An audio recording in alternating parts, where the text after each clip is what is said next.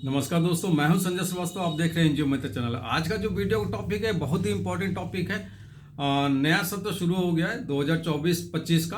और अब संस्थाओं को या एनजीओज को अपने जो भी बीता हुआ फाइनेंशियल ईयर है, जो वित्तीय वर्ष बीता है 23-24, इसके रिकॉर्ड्स को डेवलप करना है। तो इन रिकॉर्ड्स में एक सबसे महत्वपूर्ण रिकॉर्ड्स होता है, इवन आप कह सकते हैं पूरी ऑर्गेनाइजेशन का एक बेस होता है। पूरे ऑर्गेनाइजेशन का सबसे मेजर पार्ट होता है उसकी एक्टिविटी। तो आपको 2023-24 की एक्टिविटी रिपोर्ट तैयार करनी है। वो कैसे तैयार करनी है, उसके बाद से आप इसको कैसे आप अपने चार्टेड अकाउंटेंट के पास भेजेंगे, ऑडिट रिपोर्ट के लिए क्या क्या पॉइंट आपको हाईलाइट करने होंगे, वो सारी चीज इस वीडियो के माध्यम से आपको बताने की कोशिश मैं करूंगा। उम्मीद है कि आपको इस वीडियो को लास्ट तक देखेंगे तो बहुत सारी चीजें आपको समझ में आ जाएगी। देखिए, एक्टिविटी रिपोर्ट का मतलब आप भी जानते हैं, जिसको हम लोग कह सकते हैं प्रगति विवरण, प्रोग्रेस रिपोर्ट, एनुअल रिपोर्ट, वार्षिक रिपोर्ट। ये सारी चीज़ें एक्टिविटी रिपोर्ट में ही आती है। एक्टिविटी रिपोर्ट का मतलब ये होता है कि जो संस्था ने पीछे सालों में क्या वर्क किया है, मतलब पीछे के सत्र में क्या वर्क किया है। तो आपको इसको कैसे तैयार करना है ये आप जान जाइए। आपको करना क्या होगा कि आपको अपनी संस्था में पीछे आपने जो भी वर्क किए हुए हैं उसकी पूरी एक लिस्ट तैयार करना होगा, जिसकी शुरुआत आप करेंगे 2023 के अप्रैल माह से। अप्रैल, मई, जून, जुलाई, इस तरह से सीरीज की तरीके से एक सीरियल क्रमबद्ध तरीके से आपको इसको तैयार करना है और आपको उसकी डिटेलिंग करते रहना है। लेकिन कहने का सेंस ये है कि एक्टिविटी रिपोर्ट में डिटेलिंग किस प्रकार से करनी है और किस पार्ट की ज़्यादा करनी है, इस बात का आप लोग हमेशा ध्यान रखिएगा। कि जैसे कुछ एक मिसलिनियस टाइप की एक्टिविटीज़ करते हैं, जैसे बहुत सी संस्थाएं कंबल वितरण काम करते हैं, गरीबों को खाना खिलाने का काम करते हैं, और कुछ इस प्रकार के भी वर्क करते हैं जिसका बहुत अच्छे तरीके से वो रिकॉर्ड मेंटेन नहीं कर सकते हैं। तो आपको करना क्या होगा कि आपको एक हेड में ये सारे रिकॉर्ड्स को मेंटेन कर सकते हैं, लेकिन आप मेजर पॉइंट्स ये हैं वो होना चाहिए जिस बेस पे संस्थान को आगे प्रोजेक्ट के लिए अप्लाई करना हो। शायद आपको मेरी बात समझ में नहीं आ रही, तो मैं आपको एक एग्जाम्पल के तौर पे बता दे रहा हूँ। अगर जैसे मान लिया आप एक ओल्ड एज होम का, या फिर मान लिया आपने कोई स्किल ट्रेनिंग प्रोग्राम के लिए प्रोजेक्ट अगर आपको लगाना है, तो वहाँ पे लगाते वक्त आपसे ये पूछा जा सकता है कि आपके पास क्या इससे संबंधित पहले का अनुभव है। तो वहाँ पे अनुभव कौन बताएगा? वहाँ पे अनुभव आपका बताएगा आपकी एक्टिविटी रिपोर्ट। तो इस एक्टिविटी रिपोर्ट में आपको ये दिखाना होगा कि आपने स्किल ट्रेनिंग प्रोग्राम को कंडक्ट किया है। यहाँ आपको जगह बतानी होगी, क्या किया है ये बतानी होगी, ताकि जहाँ भी आप प्रोजेक्ट के लिए अप्लाई करें उसके सपोर्टिंग ये डिटेलिंग दिया जा सके।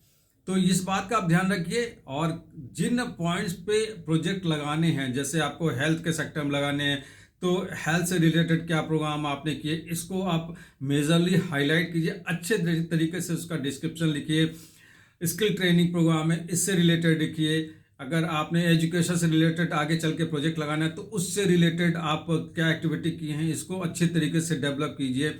अगर आपको वुमेन एम्पावरमेंट से रिलेटेड प्रोग्राम आपको आगे लेके चलना है, अवेयरनेस से रिलेटेड लेके चलना है, या इन्वायरमेंट से रिलेटेड लेके चलना है, एग्रीकल्चर से रिलेटेड लेके चलना है, इन सारे पॉइंट्स को आप अच्छे तरीके से हाईलाइट कीजिए।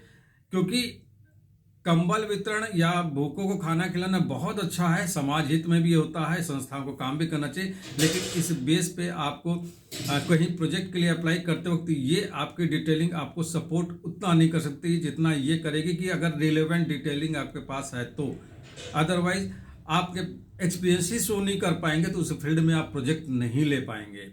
इस बात का आप बहुत अच्छे तरीके से ध्यान रखिए। अगर आपने स्किल ट्रेनिंग प्रोग्राम को अपनी एक्टिविटी रिपोर्ट में नहीं दिखाया तो आप स्किल ट्रेनिंग प्रोग्राम से रिलेटेड किसी भी प्रोजेक्ट के लिए आपको अप्लाई करने में आपको दिक्कत आ सकती है। आप हो सकता है आप एलिजिबल ही ना प्रूव कर पाए अपने आप को।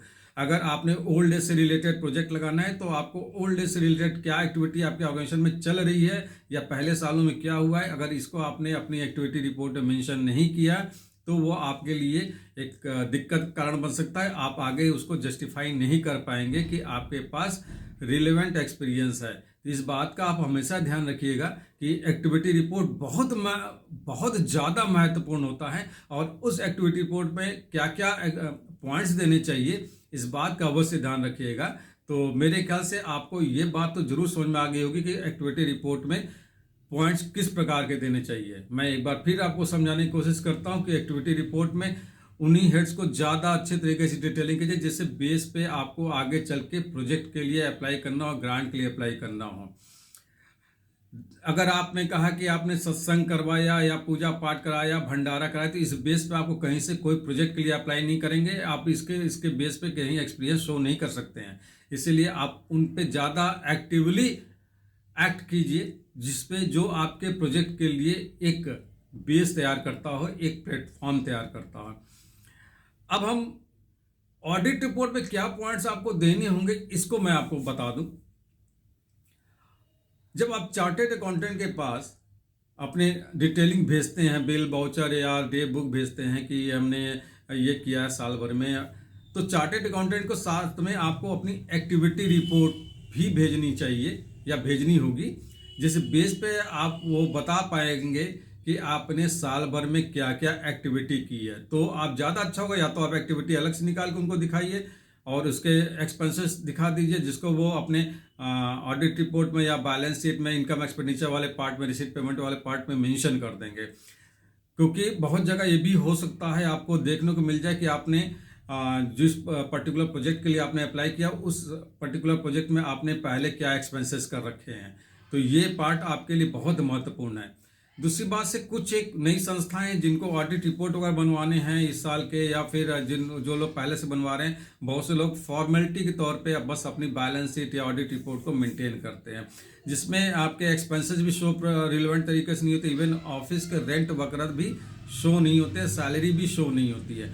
तो कुछ एक हेड्स को आप लोग जरूर, महत्वपूर्ण ये हेड है जिसको आपको दिखाना चाहिए। जैसे आपके ऑर्गेनाइजेशन में का अगर आपका अपना नहीं है तो रेंट हुआ, इलेक्ट्रिसिटी हुआ, स्टाफ की सैलरी हुई, एक्टिविटीज़ पे एक्सपेंसेस हुए, ये सारी चीज़ें आपको अवश्य दिखानी होगी। और एक्टिविटीज़ को आप बहुत ध्यान से रखिएगा, इतनी तो जरूर दिखाइए जिस पे इस पे आपको आगे चलना हो। अगर आप एक्टिविटी नहीं शो करते हैं अपनी ऑडिट रिपोर्ट में, तो आपको दिक्कत आ सकती है। आप जस्टिफाई ही नहीं कर पाएंगे आपकी संस्था क्या काम करती है और कैसे काम करती है, किस फील्ड में वो प्रोजेक्ट लगा सकती है। उम्मीद है कि इस वीडियो से आपको बहुत सारी चीज़ें समझ में आई होगी। कोई भी आपको फिर दिक्कत अगर आ रही है इसको समझने में, तो आप निश्चित रूप से आप हमें मैसेज कर सकते हैं, और दिया गया हुआ नंबर सामने डिस्प्ले हो रहा है, इस मैसेज पे आपको जवाब मिल जाएगा। जो भी आपका क्वेरी रहेगी उसके अगेंस्ट आपको उसका रिस्पांस मिल जाएगा। और उम्मीद है कि आप अपने रिकॉर्ड्स को बहुत अच्छे तरीके से अपडेट करवाएंगे, क्योंकि उन्हीं रिकॉर्ड्स के बेस पे आपकी ऑर्गेनाइजेशन का इवैल्यूएशन होता है और इसी बेस पे आपके लिए ग्रांट की फील्ड भी तैयार होती है। इसी के साथ नमस्कार, जय हिंद।